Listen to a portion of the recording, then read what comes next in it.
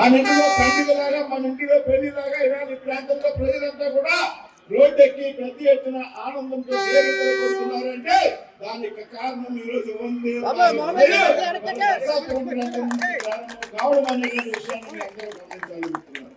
మిత్రులారా, మీ అందరికీ తెలుసు నరసాపురం ప్రాంతం, భీమవరం ప్రాంతం ప్రగతి సాధించినప్పటికీ అభివృద్ధి చెందినటువంటి ప్రాంతాలైనప్పటికీ కూడా బ్రాంచ్ లైన్ లో ఉన్న రైల్వేల పరంగా మనం లూప్ లైన్ లో ఉన్నటువంటి విషయం అందరికీ కూడా తెలుసు. ఈ ప్రాంతానికి వందే భారత్ వస్తుందా, ఈ ప్రాంతంలో మనం వందే భారత్ రైలు ఎక్కగలుగుతాం అనేటువంటి అనుమానం మనందరికీ కూడా గతంలో ఉండేది. అయితే అనుమానాలందరూ కూడా పటాపంచం చేస్తూ రైల్వే శాఖ ప్రీతమ ప్రధాని నరేంద్ర మోడీ గారు, అలాగే రైల్వే మంత్రి అశ్విని వైష్ణవ్ గారి యొక్క, అలాగే రైల్వే ఉన్నతాధికారులు ఎవరైతే ఉన్నారో రైల్వే బోర్డు చైర్మన్ గారు కానివ్వండి, జడ్ఎం గారు కానివ్వండి, సౌత్ సెంట్రల్ రైల్వే అధికారులకి, సదరన్ రైల్వే అధికారులకి అందరికీ కూడా, డిఆర్ఎం గారికి, సిపిఆర్ఓ గారికి అందరికీ కూడా పేరు పేరు తెలియజేస్తున్నా. దేశంలో మొట్టమొదటిసారిగా ఒక బ్రాంచ్ లైన్ లో వందే భారత్ రైలు వచ్చింది అంటే అది నరసాపురం ప్రాంతానికి మాత్రమే.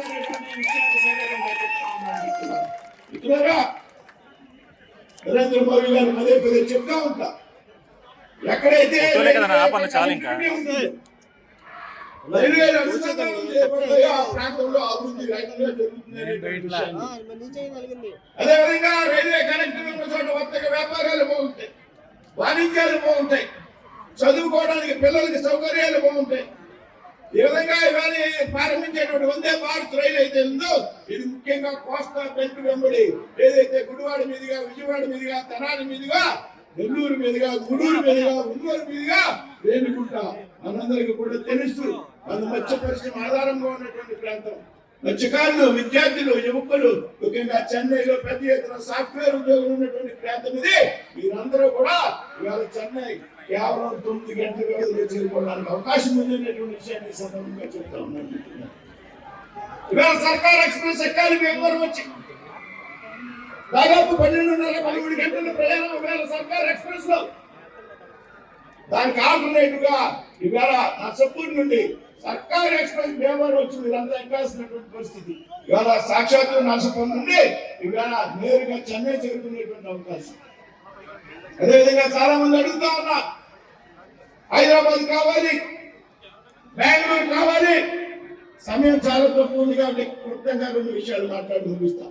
చాలా మంది మాట్లాడచ్చు అయినా కానీ సమయం తక్కువ ఉంది, రైలు సమయానికి బయలుదేరాలి. కాబట్టి ఏ విధంగా అయితే రాబోయేటువంటి రోజుల్లో ఇవాళ పెద్ద ఎత్తున ప్రచారం జరుగుతూ ఉంది, విజయవాడ నుంచి బెంగళూరు వందే భారత్ వస్తా ఉంది అని.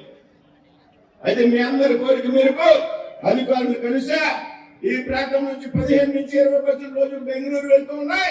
ఆ ట్రైన్ విజయవాడ నుంచి కాదు నరసాపురం నుంచి బయలుదేరే విధంగా ప్రయత్నం చేయాలి అని రైల్వే అధికారులకి బస్సుల సంఖ్యతో సహా, ప్రయాణికుల సంఖ్యతో సహా వివరాలు సమర్పించడం జరిగింది. అదేవిధంగా హైదరాబాద్ ట్రైన్ గురించి మనం ఎదురు చూస్తూ ఉన్నాం, మాట్లాడుతూ ఉన్నాం. తప్పనిసరిగా రాబోయే రోజుల్లో ఆ వంతు ప్రయత్నం కూడా చేస్తాం. ఇవాళ సికింద్రాబాద్ నుంచి వైజాగ్ వరకు వెళ్ళేటువంటి వందే భారత్ ఎక్స్ప్రెస్ ఉందో రాబోయేటువంటి కాలంలో అది తాడేపల్లిగూడలో ఆగే విధంగా కూడా మనం ప్రయత్నాలు చేస్తున్నాం విషయాన్ని సందర్భంగా చెప్తాం. ఏదైతే ఇవాళ హైదరాబాద్ వెళ్ళడానికి ఇవాళ ఇక్కడ ప్రారంభమైనటువంటి నర్సాపూర్ చెన్నై ఎక్స్ప్రెస్ కి కూడా ఒక చక్కటి అనుసంధానంతో కనెక్టివిటీ ఉన్నది అనేటువంటి విషయాన్ని సందర్భంగా చెప్తా ఉన్నాను. 22:50 బయలుదేరి విజయవాడ వెళ్తే 4:50 5:30 Vijayawada to Lingampally intercity express ఉన్నది. ట్రైన్ మారడానికి 40 నిమిషాల సమయం ఉంటుంది.